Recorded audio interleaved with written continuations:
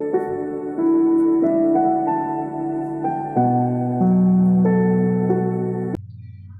my dear students. Welcome you all to my class. And this session is going to be for class 12. And today's discussion would be on the Proach Fish. Better to say the story, The Ice Habit by Ruskin Bond. And this one is such a touchy piece that I personally like it so much, and I hope that you would like it as well, equally. So, this is the story which I personally feel is a very likable, very adorable one for you the young ones of your age group, as it mostly deals with some kind of fine, slight romanticism. Actually, যে বয়সের যে স্তরটায় তোমরা belong করো, সেখানে এই ধরনের গল্প যেখানে একটা দারুণ, বেশ কি বলবো, একটা প্লেজেন্ট, হালকা রোমান্টিসিজম, জেন্টল রোমান্টিসিজম রয়েছে, যেটা আমাদের মন ছুঁয়ে যায় একটা হালকা বাতাসের মধ্যে, just like a gust breeze. হালকা করে যেমন বাতাস বয়ে যায়, আমাদের মনটা ছুঁয়ে যায়, একটা দারুণ কুলিং ইম্প্যাক্ট আমাদের মধ্যে একটা ফিলিং হয়। ওটা সেরকম হবে এই গল্পটা পড়া শেষ হলে, বা গল্পটা পড়ার সময় শেষ হলে আবার অন্যরকম একটা অনুভূতি হবে। ডেফিনেটলি ওই অনুভূতিটা একটা টুইস্ট রয়েছে। যাই হোক না কেন, দ্য আইজ হ্যাভ ইট, এই গল্পটার যে টাইটেল রয়েছে, আমার প্রায় মনে হয় যে এই গল্পের যে বিষয়বস্তু আর যে টাইটেলটা রয়েছে, শিরোনাম, তার সঙ্গে খুব ম্যাচ করে যায়, মানে পুরোপুরি না হলেও বেশ খানিকটা ম্যাচ করে যায় রবীন্দ্রনাথ ঠাকুরের যে ওই গানটা রয়েছে, চোখের আলোয় দেখেছিলেন চোখের বাহিরে, অন্তরে আজ দেখব যখন আলোক নাহিরে। মানে বেশ একটা ভালো সিমিলারিটি আমি দেখতে পাই ওই গানের ওই দুটো লাইনের সঙ্গে, আর এর যে মূল বিষয়বস্তু বা যে মেন ফোকাসটা রয়েছে যে ব্যাপারটার উপরে, সেই ব্যাপারের সঙ্গে একটা দারুণ সিমিলারিটি বা একটা কানেকশন রয়েছে বলে আমার মনে হয়। ডেফিনেটলি রাস্কিন বন্ড রবীন্দ্রনাথের ওই গান শুনে বা ও তার অনুপ্রাণিত হয়ে লেখেননি, কিন্তু আমার মনে হয়েছে এটা পড়তে গেলে ওই গানটার কথা মনে পড়ে। যাই হোক, তো রাস্কিন বন্ড সম্পর্কে খুব ছোট্ট করে আমরা জেনে নেব। পার্সোনালি আমার মনে হয় রাস্কিন বন্ডের যে ডাইভার্সিটি অফ রাইটিংস রয়েছে, বিশেষ করে তার thematic diversity as well as তার লেখন যে শৈলী, তার মধ্যে একটা অদ্ভুত টাচি ব্যাপার রয়েছে। সেই টাচি ব্যাপারটা হচ্ছে কি, একটা সেন্সিবিলিটি, একটা সেন্সিটিভিটি, সংবেদনশীলতা, যে সংবেদনশীলতা কিন্তু আমাদের মনের একটা বিশেষ স্তরে ছুঁয়ে যায়, যে স্তরে কিন্তু এটা বেশ বেশি কিছুদিন ধরে রয়ে যায়। অর্থাৎ আমরা কোন একটা জিনিস পড়লাম, ভালো লাগলো, তারপরে পরের দিন ভুলে গেলাম, ওই রকম ব্যাপারটা হয় না। রাস্কিন বন্ডের লেখা যে কটা আমরা পড়েছি বা যেটুকু আমার পরিচিতি রয়েছে, তাতে এইটাই মনে হয়েছে রাস্কিন বন্ডের লেখা পড়ার পরে কিন্তু অনুরণন বা একটা রেজোনেন্স চলতেই থাকে মনের মধ্যে। ওকে, তো somehow the eyes have it by Ruskin Bond. Ruskin বন্ডের সম্পর্কে জেনে নিই আমরা। He was born in 1934 and he still going. তো আমরা 1934 সালে ওনার জন্ম, মানে ওপাশে ধরে নিচ্ছি আমরা 66 বছর, আর এ পাশে 21 বছর, মানে 66 কুড়ি 86 87 বছরের তিনি এখন রয়েছেন। Ruskin bond, born in 1934, is an Indian author of British descent. ভারতে বসবাস করেন, কিন্তু তার যে পেটার্নাল লিনিয়েজ যেটা, সেটা কিন্তু বিদেশে, অর্থাৎ ব্রিটেনে। ডেসেন্ট মানে হচ্ছে উত্তরাধিকার বা ওইখান থেকে আগত তিনি মানুষ, এটাই বোঝাচ্ছে।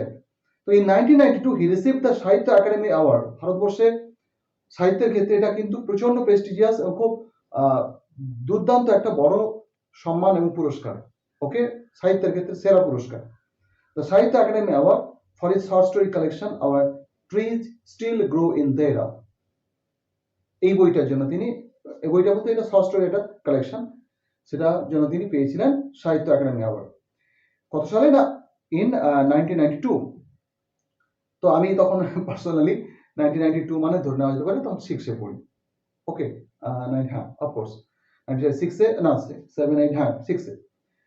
হি was awarded the Padmashri, Padma Bhushan, Padma Vibhushan, এই সমস্ত সিভিলিয়ান অ্যাওয়ার্ডস রয়েছে আমরা জানি।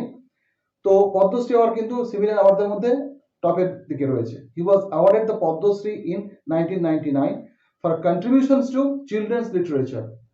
শিশু সাহিত্যে তার বিশাল বড় অবদান রয়েছে।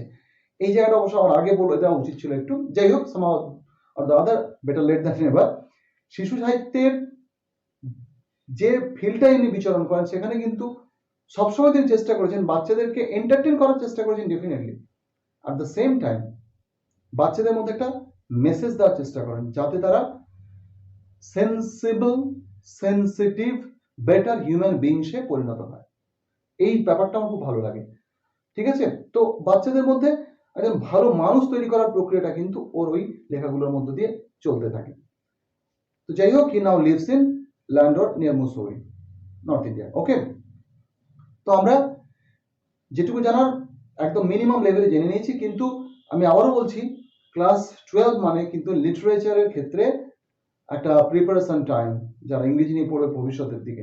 তো এটা একটা শর্ট স্টোরি, খুব ব্রিফ করে যদি আমি বলি তাও বলতে হবে যে শর্ট স্টোরি ব্যাপারটা রবীন্দ্রনাথের সেই সংজ্ঞাটা কিন্তু দারুণ, আমার খুব পছন্দের সংজ্ঞা, যে ছোট প্রাণ, ছোট কথা, ছোট ছোট দুঃখ ব্যথা, নিতান্তই সহজ সরল। এই কথাগুলো কিন্তু প্রায়শই মিস ইন্টারপ্রিটেড হয়, বা আমরা মিস ইন্টারপ্রিটেড হয় মানে আমরা ভুল বুঝি আর কি।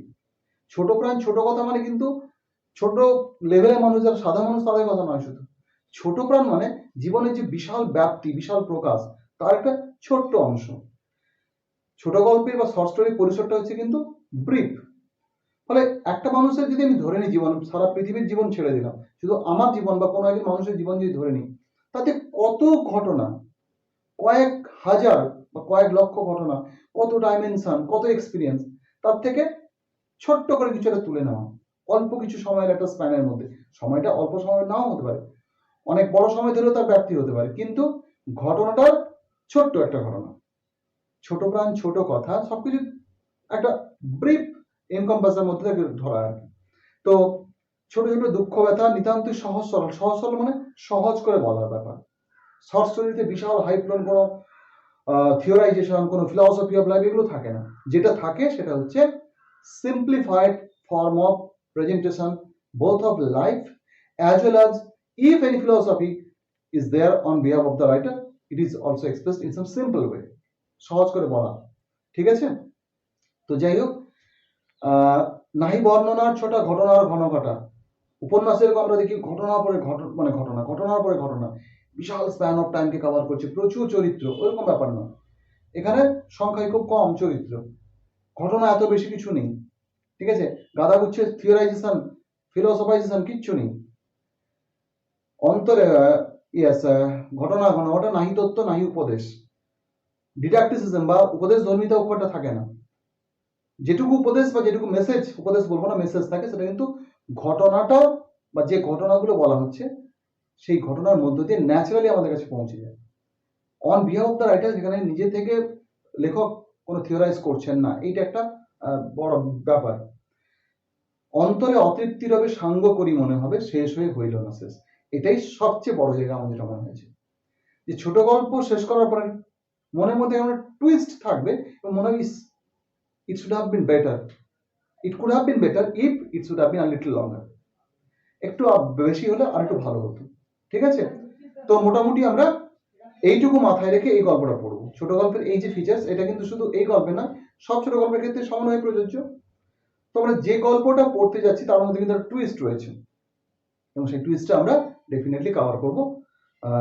তবে গল্পের শুরু থেকে প্রায় শেষ অংশ পর্যন্ত বেশ ইজি ফ্লোয়িং, ওকে, জেন্টল রোমান্টিসিজম রয়েছে। আমি আবারও বলছি, এই কারণে গল্পটা তোমাদের আরো বেশি ভালো লাগবে। রোমান্টিসিজম কথার মানেটা হচ্ছে তাই, ভালো লাগা জুড়ে থাকে যেখানে, যেখানে অদ্ভুতভাবে, আমি রোমান্টিসিজমের সাহিত্য যে আঙ্গিক বা লিটারেরি থিওরির যে স্ফিয়ার, সেই সাপেক্ষে আলোচনা করছি না। রোমান্টিসিজম বলতে আমরা যেটুকু বুঝি, usually that kind of feelings or emotions associated with the finest soft feelings of love, liking, love যদি আমি নাও ধরি, লাইকিং, সেটাও রোমান্টিসিজমের মধ্যে পড়ে, ভালো লাগা। ওকে, so let's move on to the text. I had the train compartment to myself up to Rohana. Rohana একটা জায়গা যেটা ইউপিতে অবস্থিত। ওকে, তো আমরা জার্নির যে লোকেলটা প্রথমে পেয়ে গেলাম, বা যে জার্নি কথা বলা হচ্ছে সেটা কিন্তু ইউপির ব্যাকগ্রাউন্ডে, উত্তরপ্রদেশে, নর্দার্ন ইন্ডিয়ার definitely background. I had the train compartment to myself, অর্থাৎ পুরো ট্রেনের কামরাটা যেন আমারই ছিল, মানেটা কি? এই ট্রেনের কামরা আমি একাই ছিলাম, একমাত্র যাত্রী, কতদূর পর্যন্ত? রোহানা পর্যন্ত। Then a girl got in. অনেকটা সেই আমাদের সিনেমাগুলো হয় না, একটা থিওরি থাকে, the boy meets the girl অথবা the girl meets the boy and falls in love. ব্যাপারটা অতটা যদিও ইজি না, ওটা ওই রকম। একটা লাইনের মধ্যে কিন্তু তিনি প্রেক্ষাপটটা সেট করে নেবেন, just first line. Short story এটাই হচ্ছে ফাটাফাটি একটা ইন্ট্রোডাকশন, মানে সেট আপটা রেডি হয়ে গেল। এতদূর পর্যন্ত গেছিলাম আমি একা একা, তারপর একটা মেয়ে ঢুকলো কামরা। The couple who saw her off were probably her parents. So a couple came to see her off. অর্থাৎ একজন মানে হাজব্যান্ড এবং একজন ওয়াইফ কাপল, দম্পতি এসেছিলেন তাকে সি অফ করতে, বিদায় জানাতে, এবং যতদূর মনে হলো তারা তার বাবা মা। ওকে, they seemed very anxious about her comfort, and the woman gave the girl detailed instructions as to where to keep her things, when not to lean out of windows, and how to avoid speaking to strangers. এবং definitely দুজনের মধ্যে একজন মহিলা এবং most of তার মা। তো দেখা গেল কি, they seem very anxious about her comfort. মেয়েটা যে জার্নি করবে তার ভালো মন্দ নিয়ে, কমফর্ট বলতে শুধু আরাম নয়, ভালো মন্দ অর্থাৎ ওয়েলবিং বা তার সেফটি, সিকিউরিটি ইত্যাদি ইত্যাদি বিষয়ে, ওয়েলবিং এর ব্যাপারে তার খুব ওয়ারিড বলে মনে হলো, খুব উদ্বিগ্ন, অ্যাংশিয়াস মানে উদ্বিগ্ন। অ্যান্ড দ্য উমেন, ওই মহিলা তাকে বিস্তারিত, অর্থাৎ এই মেয়েটিকে বিস্তারিত একটা ইনস্ট্রাকশন দিচ্ছিলেন, নির্দেশাবলী যেন, অ্যাজ টু ওয়্যার, কি কি সম্বন্ধে, অ্যাজ টু মানে সম্বন্ধে, about where to keep her things, কোথায় জিনিসপত্র রাখতে হবে, when not to Lin out of Windows, জানলা দিয়ে কখন ঝোঁকা যাবে না, and how to avoid speaking two strangers, অচেনা যারা আগন্তুক মানুষ তাদের সঙ্গে কথা কখন বলা যাবে না বা কেন বলা যাবে না বা আদৌ বলা যাবে না, এই ধরনের কোনো ইনস্ট্রাকশন। অর্থাৎ লাস্ট মিনিট সাজেশনের মতো লাস্ট মিনিট ইনস্ট্রাকশন দিয়ে গেল বা দিয়ে গেলেন ওই মেয়েটিকে। দে কল দেয়ার গুড বাইস, তারপরে তারা বিদায় নিলেন, and the train pulled out of the station. ট্রেনটা স্টেশন থেকে ছেড়ে বেরিয়ে গেল। As I was totally blind at that time, first shudder we get here. The narrator says, so এখানে কিন্তু আমি অথরকে মানে অ্যাকচুয়ালি এখানে গল্পটা যিনি বলছেন তিনি একজন চরিত্র, এবং ডেফিনেটলি একে আমরা বলি ফার্স্ট পার্সন ন্যারেটিভ টেকনিক, যেখানে গল্পের একজন প্রধান চরিত্র তিনিই বর্ণনাকারী গল্পের, তিনি ন্যারেটার, তখন তাকে আমরা বলি ফার্স্ট পার্সন ন্যারেটিভ টেকনিক। ইনি কিন্তু রাস্কিন মন্ড নন, রাস্কিন মন্ডের সৃষ্ট একজন চরিত্র যিনি গল্পটা বলছেন। ওকে, তো as I was totally blind, আমি যখন মানে যে সময় কথা বলছি ওই যে ট্রেন জার্নির সময়টা, তখন আমি ছিলাম পুরোপুরি অন্ধ। অন্ধত্ব মানুষের ক্ষেত্রে দুভাবে আসতে পারে, একটা হচ্ছে মানুষ অন্ধ হয়ে জন্মাতে পারে ফ্রম মাদার্স উম্ব, আবার কখনো কখনো বিভিন্ন রকম ফিজিক্যাল প্রবলেমের কারণে আইসাইট ক্ষতিগ্রস্ত হয়ে একদম ব্লাইন্ডনেস চলে আসতে পারে। আমরা জানি জন মিল্টনের ক্ষেত্রে যেটা ছিল। তো as I was totally blind at that time, ওই সময় যেহেতু আমি পুরোপুরি অন্ধ ছিলাম, my eyes sensitive only to light and darkness, এবং আমার চোখগুলো শুধু আলো অন্ধকারে ফারাকটা বুঝতে পারতো, তাহলে অলমোস্ট ব্লাইন্ড। তা কখন দিন এই উজ্জ্বলতার মোটামুটি বুঝতে পারতাম চোখ বন্ধ করে, চোখ খুলেই, আর অন্ধকার হলে ওই উজ্জ্বলতাটা সরে যাচ্ছে, এই ফারাকটুকু করতে পারতাম, কিন্তু তার বাইরে কোনো কিছু দেখতে পেতাম না। As I was totally blind at the time and my eyes sensitive only to light and darkness, I was unable to tell what the girl looked like. ফলে আমি বলতে পারবো না মেয়েটাকে কেমন দেখতে ছিল। ইউজুয়ালি আমরা সচরাচর কোনো একটা মানুষ সম্পর্কে প্রথম যে ইমপ্রেশনটা গ্যাদার করি তার লুক থেকে, তার গেট আপ থেকে, তার হাঁটা চলা, বিভিন্ন রকম বিহেভিয়ারাল প্যাটার্ন, এই সমস্ত তো পরপর আছে, তারপরে কথাবার্তা ইত্যাদি ইত্যাদি। But first we try to gather the impression from looking at him or her. লোকটার দিকে তাকিয়ে একটা ইমপ্রেশন গ্যাদার করি আমরা, সেটা সবসময় ঠিক নাও হতে পারে বা বেশিরভাগ ক্ষেত্রে ভুল হয়, কিন্তু তাহলে আমরা একটা ইমপ্রেশন গ্যাদার করার চেষ্টা করি। তো আমার যেহেতু চোখ তখন পুরো অন্ধ, ফলে আমি বলতে পারবো না মেয়েটাকে দেখতে কেমন ছিল। বাট এ নো ওর স্লিপার্স, কিন্তু আমি বুঝতে পারছিলাম মেয়েটা চটি পড়েছে। চটি মানে ওই যে হাওয়াই চটি যাকে বলি, সরু সরু ফিতেওয়ালা slippers. From the way they slapped against her heels, অনেকে হাঁটলে দেখা যাবে চটি যদি পরে হাঁটে তাহলে চাট চাট ফাট ফাট ফাট ফাট করে শব্দ আসে। অনেকে এটা হাঁটা মানে এটা হয় কি, সামনের অংশটা পায়ের আমরা একটু জোর দিয়ে পেছনের অংশটা লুজ করে দিই, ফলে জুতোটা চাটাক চাটাক চাটাক করে শব্দ করে। তো the slipper simply slapped against her heels, পায়ের গোড়ালিতে যেন চাটি মারছিল, সেই শব্দটা শুনে বুঝতে পারছিলাম যে পায়ে স্লিপার পড়েছে। আমি এখানে কথা বলি, পার্সোনাল আমার এক্সপিরিয়েন্স রয়েছে, যারা ফিজিক্যালি ইম্পেয়ার পার্সন তাদের সঙ্গে কিছুটা সময় কাটানো, তো তাদের জগৎটা পুরোপুরি হয়, যারা এই ধরনের ফিজিক্যাল চ্যালেঞ্জের মধ্যে থাকেন তাদের জগৎটা পুরোপুরি হয় কান এবং স্পর্শ নির্ভর। গন্ধটা কিছুটা, তাদের ক্ষেত্রে স্পর্শ এবং শ্রবণ এই দুটো ইন্দ্রিয়ের ভূমিকা মারাত্মক। তাদের জগৎটা পুরোপুরি কিন্তু এই দুটো জিনিসের উপর দাঁড়িয়ে থাকে, মানে 99% বা 99% নাও হয় তাহলে 90% at least of their world, the impressions that they gather outside world সম্পর্কে পুরোটাই কিন্তু তাদের ওইভাবে আসে। 90% প্রায় আমার যেটা মনে হয়েছে। তো যাই হোক, it would take me some time to discover something about her looks. বলছে কিছুটা সময় আমার লাগবে তার চেহারা সম্পর্কে কিছু তথ্য আবিষ্কার করতে। কিভাবে? ও তো দেখতেই পায় না, তাহলে এর সাথে কোনো কৌশল রয়েছে। and perhaps I never would, আবার এটাও হতে পারে সম্ভবত আমি কখনো নাও পারতে পারি।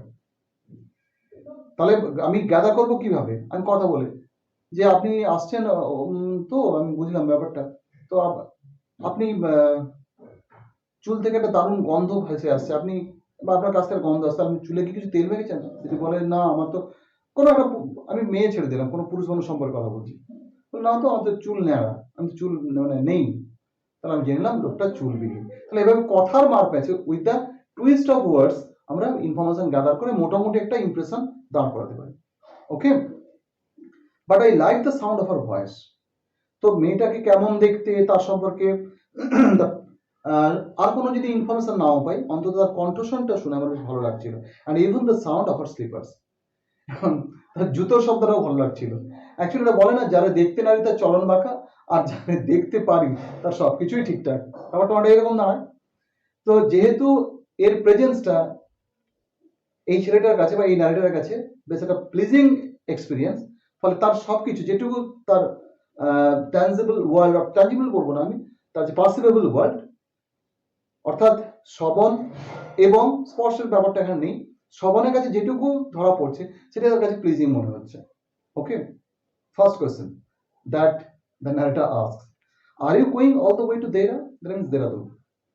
দেরাদুন অ্যাকচুয়ালি আগে ছিল ইউপিতে, এখন ইউপি থেকে ভেঙে উত্তরাখণ্ড বেরিয়ে গেছে, উত্তরপ্রদেশ থেকে উত্তরাখণ্ড হয়ে গেছে, উত্তরাখণ্ডে দেরাদুন। বলছে আপনি কি যাচ্ছেন এই পুরো রাস্তাটাই দেরাদুন পর্যন্ত? তো এই কথাটা বলার সঙ্গে সঙ্গে অদ্ভুত রিয়াকশন হলো মেয়েটার মধ্যে। I must have been sitting in a dark corner because my voice startled her. আমি নির্ঘাত বসেছিলাম হয়তো কোনো অন্ধকার কোণের দিকে। বলছে আমি যেখানে বসছি ট্রেনের যে জায়গাটায়, most probably there was not sufficient light. Sufficient light না থাকলে কোনো মানুষকে দেখতে একটু সমস্যা হতে পারে। ফলে আমি যদি ওই মানুষটার উপস্থিতি সম্পর্কে আনঅ্যাওয়ার থাকি, হঠাৎ করে যদি কোনো কথা ভেসে আসে ওখান থেকে এবং একটা প্রশ্নের আকারে, so quite naturally it would be some kind of startling feeling or startling reaction that the person spoken to would feel. Okay, so I must have been sitting in a dark corner because my voice startled her, কারণ আমার কণ্ঠস্বরটা তাকে চমকে দিল। She gave a little exclamation, এবং একটু exclaim করেছে, ও ওকে, something like that, চমকে ওঠার একটা এক্সক্লেমেশন। এক্সক্লেম মানে কি? কোনো আবেগের হঠাৎ বহিঃপ্রকাশ। A gust of emotion being expressed suddenly, and said, I didn't know anyone else was here. এবং বলল, আমি তো বুঝতে পারিনি যে এখানে কেউ রয়েছে। সো প্রথমটা চমকে ওঠা এবং দ্বিতীয় এইভাবে বলাটা ন্যারেটরের মনের মধ্যে একটা ইমপ্রেশন ক্রিয়েট করে দেবে যে আরো কম রয়েছে হয়তো ওই জায়গাটাতে যেখানে ন্যারেটর বসছেন, ফলে মেয়েটি তাকে দেখেনি। ওকে, well it often happens that people with good eyesight fail to see what is right in front of them. এটা দারুণ কথা। বলছে হ্যাঁ, এটা প্রায় ঘটে যে যাদের দৃষ্টিশক্তি ভালো, যারা চক্ষুষ্মান মানুষ, তারা প্রায়শই ব্যর্থ হয় দেখতে, বেশিরভাগ ক্ষেত্রে দেখতে ব্যর্থ হয় ঠিক তার নাকের ডগার সামনে যে জিনিসটা রয়েছে। কারণটা কি? কারণটা হচ্ছে গিয়ে কি, they have too much to take in. Suppose writer বলছেন রাইটারের মুখ দিয়ে যে আমার মনে হয় এত কিছু দেখার রয়েছে চোখ দিয়ে, ঠিক আমার চোখের সামনে কি রয়েছে, অর্থাৎ আমি এখানে দাঁড়িয়ে রয়েছি, আমি ইন্টারাক্ট করছি, তো আমার ঠিক চোখের সামনে হতে গেলে স্ট্যান্ডটা রয়েছে, স্ট্যান্ডের হয়তো এই নাটটা বা এই স্ক্রুটা একটু ঢিলা হয়ে গেছে, এটা আমার প্রথম চোখে পড়া উচিত ছিল, যেহেতু it is the closest to me, কিন্তু আমার চোখে পড়েনি। কেন পড়েনি? কারণ এখানে এত বেশি জিনিস রয়েছে চারদিকে দেখার মতো। ওখানে রয়েছে বুক সেলফ, এপাশে আলমিরা, এপাশে বেড, প্রচুর জিনিস রয়েছে। there are lots of things that distract, that are supposed to distract my attention, okay, and it is very normal. They have too much to take in, I suppose. Whereas people who cannot see or see very little, উল্টো দিকে on the other hand যারা কম দেখে বা যারা দেখতে পায় না, তাদের ক্ষেত্রে কি ঘটে? ওকে, the little have to take in only the essentials. ফলে তাদের ক্ষেত্রে হাবিজাবি এতগুলো জিনিসের দিকে মনোযোগ দেওয়ার কোনো স্কোপ নেই। তাদের নির্ভর করতে হয় কানের কাছে, স্পর্শের কাছে। ফলে তারা যেটুকু জায়গায় কনসেন্ট্রেট করে, ফুললি কনসেন্ট্রেট করে। ফলে তারা শুধু এসেন্সিয়াল বা অপরিহার্য জিনিসগুলোকেই গ্যাদার করে, তাদের যে মন। Whatever registers most tellingly on their remaining senses. চোখটা অফ হয়ে গেছে, ভিজুয়াল সেন্সটা অফ, বাদ বাকি যে সেন্স অর্গানসগুলো রয়েছে তার উপরে যে জিনিসটা খুব স্ট্রংলি ইমপ্রেশন ফেলে, তার সম্পর্কে কিন্তু ওরা যতটা সম্ভব কম্প্রিহেন্সিভ একটা আইডিয়া গ্যাদার করে নেওয়ার চেষ্টা করে। ফলে আমরা যারা চক্ষুষ্মান মানুষ, তাদের ক্ষেত্রে এমন অনেক জিনিস মিস হয়ে যায় যেটা যাদের চোখ নেই তারা হয়তো অনেক বেশি করে সেটা ফিল করে নেয়। ওকে, I didn't see you either, I said, but I heard you coming. আমিও আপনাকে ঠিক দেখিনি। এই কথার মধ্যে কিন্তু দুটো লেভেল রয়েছে। হালকা করে যেন বলেই দিলেন রাইটার যে আমি দেখতে পাই না, এটা অ্যাকচুয়াল ফ্যাক্ট আমরা জানি, মেয়েটি হয়তো জানে না। বলছে আমিও আপনাকে ঠিক দেখিনি, হ্যাঁ, তবে আমি শুনলাম আপনি এলেন। যদি এই কথাটাকে কেউ ঠিকঠাক গুরুত্ব দিয়ে বিচার করে তাহলে কিন্তু সেকেন্ড মিনিং এর একটা আভাস পেলেও পেতে পারে, তাই না? কিন্তু ক্যাজুয়াল একটা কনভারসেশন চলছে দুজন জাস্ট প্যাসেঞ্জারের মধ্যে। ফলে সিরিয়াসলি এই ব্যাপারটাকে নিয়ে ভাবার মতো অবস্থায় মেয়েটা এখনো নেই। I didn't see you either, either means also, but I heard you coming. কিন্তু আমি শুনলাম আপনি ঢুকলেন। I wondered if I would be able to prevent her from discovering that I was blind. আমি অবাক হয়ে ভাবছিলাম আমি কি সমর্থ হব, আমি কি পারবো তাকে আটকাতে। কি থেকে আটকাতে? যে আমাকে সে যদি বুঝে যায় যে আমি অন্ধ, তাহলে একটা এম্বারাসিং সিচুয়েশন তৈরি হবে, সেখান থেকে আটকাতে কি পারবো? Provided I keep to my seat, provided means if, যদি আমি আমার সিটে বসে থাকি, আমি বজায় রাখতে পারি। আই থট, আমি ভাবলাম, it should not be too difficult, এবং যদি আমি নড়াচড়া না করি, যে এখানে বসে বসেই কথা বলি, তাহলে হয়তো মেয়েটা বুঝতে পারবে না। কারণ কেউই চায় না নিজের উইকনেস, নিজের যে সমস্ত প্রবলেমসগুলো রয়েছে অন্যের সামনে প্রকাশ করতে, বিশেষ করে ডেফিনেটলি অন্য কোনো সেক্সের মানুষের কাছে। এরকম একটা situation. The girl said, I am getting off at Saharanpur, my aunt is meeting with here. তাহলে আমি সাহারানপুরে নেমে যাবো, আমি ওই পর্যন্ত যাচ্ছি না। প্রশ্নটা কি ছিল? আপনি কি দেরাদুন পর্যন্ত যাচ্ছেন? মেয়েটি বললো না না না, আমি দেরাদুন পর্যন্ত যাচ্ছি না, আমি সাহারানপুরে নেমে যাবো। আমার আন্ট, আন্ট বলতে পিসিমা হতে পারে, কাকিমা হতে পারে, মাসি হতে পারে, সেখানে উনি আমার সঙ্গে মিট করবেন। তো আমরা আজকে এই পর্যন্তই রাখবো। পরের ক্লাসে আমরা আরেকটু হয়তো ফাস্ট যাবো, বা আরেকটু ফাস্ট যাবো কিনা বুঝতে পারছি না সম্ভব, কারণ আমি চেষ্টা করছি যতটা সম্ভব ফাস্ট যাওয়ার। পরের ক্লাসে যেটা আমরা ঢুকবো যে অংশটাতে, সেটা কিন্তু গল্পটা এখানে আমরা মোটামুটি ধরে নিতে পারি এক্সপোজিশন পার্টে রয়েছে।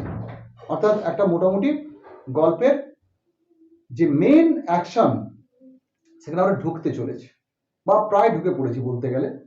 এরপরে কিন্তু গল্পটা আস্তে আস্তে করে ক্লাইম্যাক্সের দিকে হয়তো এগোবে। তবে এই গল্পের ক্লাইম্যাক্স কিন্তু মাঝখানে নেই, এই গল্পের ক্লাইম্যাক্সটা আছে একদম শেষে। যাই হোক, অ্যাকশনটা কিন্তু এরপরে একটু মুভ করবে অন্যদিকে, সাম অর দ্য আদার। আজকে এই পর্যন্তই থাক, পরের অংশটা পরের ক্লাসগুলোতে হবে। So meet you in the